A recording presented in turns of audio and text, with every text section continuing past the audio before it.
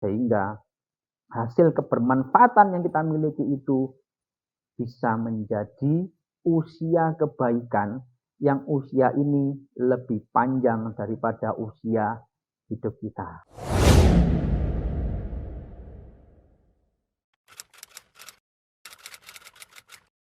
Assalamualaikum warahmatullahi wabarakatuh. Bismillahirrahmanirrahim. Hamdan wa syukran lillah, amma ba'd. Para pemirsa Ihsanul Amal menyapa yang berbahagia. Alhamdulillah, hari ini Allah masih berikan kita banyak kenikmatan, nikmat sehat, nikmat kesempatan, sehingga kita bisa bersilaturahim kembali dalam acara IA Menyapa di hari Sabtu ini. Semoga Allah senantiasa memberikan kita limpahan rahmat, rezeki yang luas, serta sehat wal afiah. Baik pemirsa sekalian yang dirahmati Allah, ada beberapa pengalaman ketika kita memberikan pelatihan atau training serta seminar di berbagai tempat, baik itu di Ihsanul Amal, di lingkungan Ihsanul Amal, kepada para pendidik di sini, dan juga kepada para pendidik di beberapa tempat. Di acara-acara tersebut, saya sering memberikan pertanyaan sederhana kepada para peserta seminar atau training yang saya adakan, dan pertanyaan tersebut sangat sederhana. Pertanyaannya adalah, coba sebutkan minimal 5 sesuatu yang bisa Anda banggakan dalam diri saudara. Ini 5 pertanyaan sederhana. Namun dengan pertanyaan yang sederhana ini ternyata para peserta rata-rata memerlukan proses berpikir yang tidak singkat. Ketika mereka saya berikan waktu hanya 1 menit dengan pertanyaan tersebut, faktanya mereka baru bisa menjawab lebih dari 1 menit. Ada yang 2 menit, ada yang 3 menit, bahkan 5 menit. Atau bahkan ada sebagian besar yang tidak mampu menjawab pertanyaan tersebut. Terkait dengan pertanyaan ini, dan pada kesempatan hari ini saya ingin berbagi kepada Anda semua terkait jawaban apa yang tepat untuk pertanyaan tersebut. 5 hal yang membanggakan dalam diri kita. Maksud dari pertanyaan ini sebenarnya adalah kita ingin mengajak mereka semua, para peserta seminar, atau bahkan para pendidik di tempat kami sendiri di Lembaga Ihsanul Amal ini, agar mereka bersama-sama bisa merenungi berbagai macam nikmat yang telah Allah berikan kepada kita semua. Yang nikmat itu sudah kita miliki, namun nikmat tersebut ada yang belum kita sadari. Nah, ketika saya membimbing mereka, untuk mereka yang kesulitan menjawab pertanyaan tersebut, saya memberikan pancingan yang sederhana kepada mereka. Mari kita merenung bersama hal apa yang bisa Anda temukan, minimal 5 saja dalam diri kita yang bisa kita banggakan. Dan harus kita banggakan dan juga harus kita syukuri, karena ini adalah bagian nikmat yang Allah berikan kepada kita, yang kita harus sadari. Contoh sederhana saja, ketika saya bertanya kepada beberapa orang di antara peserta itu, saya bertanya kepada mereka, apakah Anda bisa mengendarai sepeda motor ketika Anda berangkat bekerja? Dan rata-rata mereka menjawab bisa. Nah, pertanyaan kedua saya adalah, adakah di antara tetangga Anda yang masih belum bisa mengendarai sepeda motor? Dan mereka pun menjawab, ada yang belum bisa. Pertanyaan saya yang ketiga, ketika Anda bisa mengendarai sepeda motor tersebut, apakah itu bukan sesuatu yang membanggakan? Tatkala orang lain ternyata juga belum bisa mengendarai sepeda motor. Nah, akhirnya di antara para peserta itu termenung dan mereka pun menyadari hal itu. Oh iya, ini ternyata kenikmatan yang belum saya sadari. Nah, kemudian saya berikan pancingan lagi kepada mereka. Coba, bagi yang ibu-ibu, apakah Anda yang hadir di ruangan ini rata-rata bisa masak? Nah, mereka pun menjawab, alhamdulillah kami bisa masak. Coba sebutkan berapa masakan yang Anda bisa masak. Dan rata-rata mereka menyebutkan 1, 2, 3, 4, bahkan 5. Nah, 5 hal tersebut, 5 model masakan, 5 jenis masakan yang Anda bisa masak, apakah itu bukan sebuah kenikmatan atau sesuatu yang membanggakan bagi diri Anda? Dan mereka juga menjawab, iya, itu kenikmatan dan sesuatu yang membanggakan bagi kami. Dan saya juga bertanya kepada mereka, adakah tetangga Anda atau keluarga Anda, saudara Anda yang belum bisa memasak seperti apa yang Anda masak? Dan sekali lagi mereka juga menjawab, iya, ada. Nah, sudah. Dari sini pun akhirnya rata-rata para peserta itu mulai menyadari bahwa ternyata di dalam dirinya ada banyak hal yang bisa dibanggakan, namun belum disadari. Nah, maka dalam kesempatan yang berbahagia ini, saya juga ingin mengajak Anda semuanya untuk bersama-sama merenung, mencoba mendalami tentang diri kita ini siapa.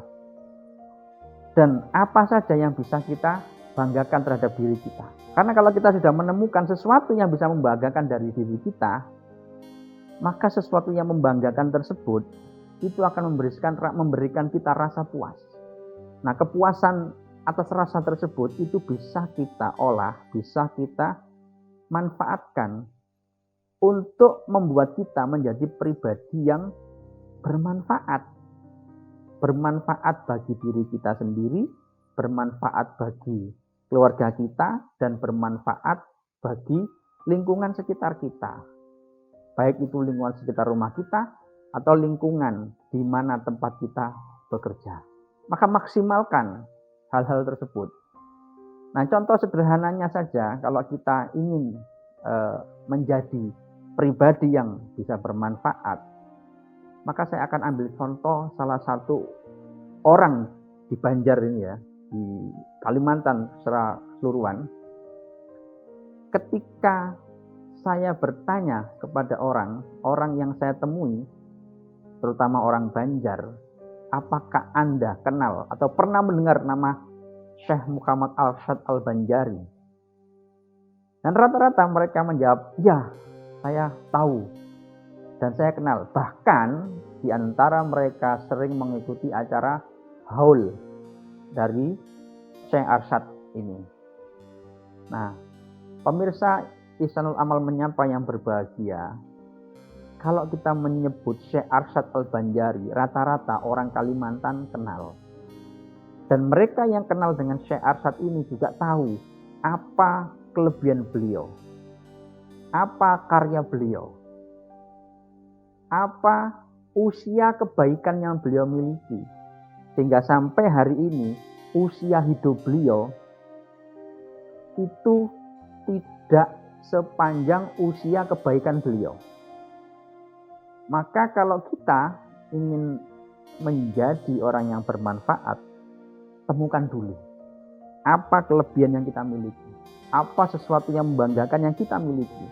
Kemudian Anda renungi, ambil salah satu saja, misalkan apa yang membuat Anda bangga dengan apa yang Anda miliki, kemudian Anda perkuat hal tersebut. Sama seperti yang saya ceritakan tentang seorang Syekh Arsyad Al-Banjari. Beliau dikenal sebagai seorang ahli fikih.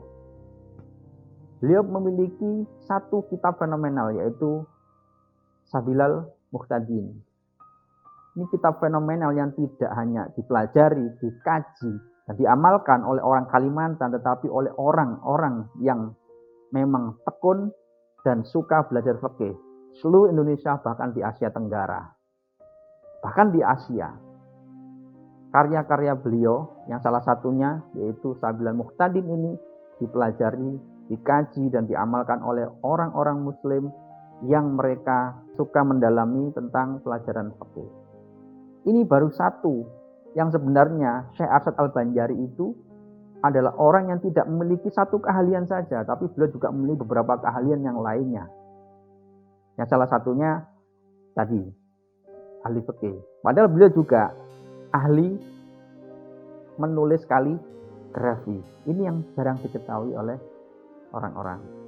Nah, ini yang saya maksud. Beliau, seorang Syekh Arsyad Al-Banjari, berhasil menemukan apa sesuatu yang beliau banggakan yang ada dalam dirinya. Kemudian beliau perkuat.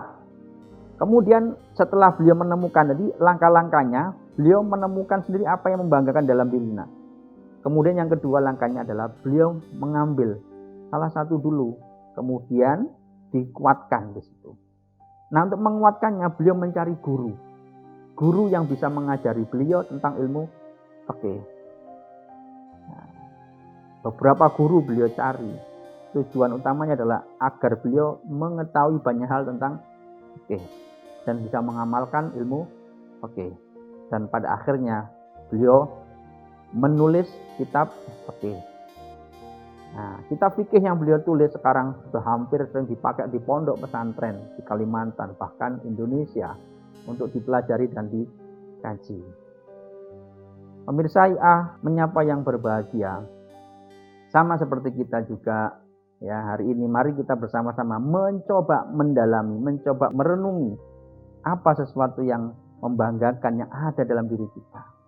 Kita tidak harus menjadi seorang Syekh Arsyad, ya, ahli fikih, ahli tasawuf, dan beberapa keahlian lain yang beliau miliki. Tidak harus menjadi seperti beliau. Paling tidak kita bisa menjadi diri kita sendiri, diri kita yang bisa menjadi pribadi yang bermanfaat. Yang dengan kebermanfaatan itu kita bisa memperpanjang usia kebaikan kita daripada usia hidup kita. Nanti pun ketika kita meninggal, orang masih bisa memanfaatkan kebaikan kita. Ini yang saya maksud dengan usia kebaikan. Orang-orang yang bermanfaat itu, orang-orang yang memberikan manfaat besar bagi diri dan keluarga lingkungannya itu, inilah yang saya maksud dengan orang-orang yang memiliki usia kebaikan yang lebih panjang daripada usia hidupnya.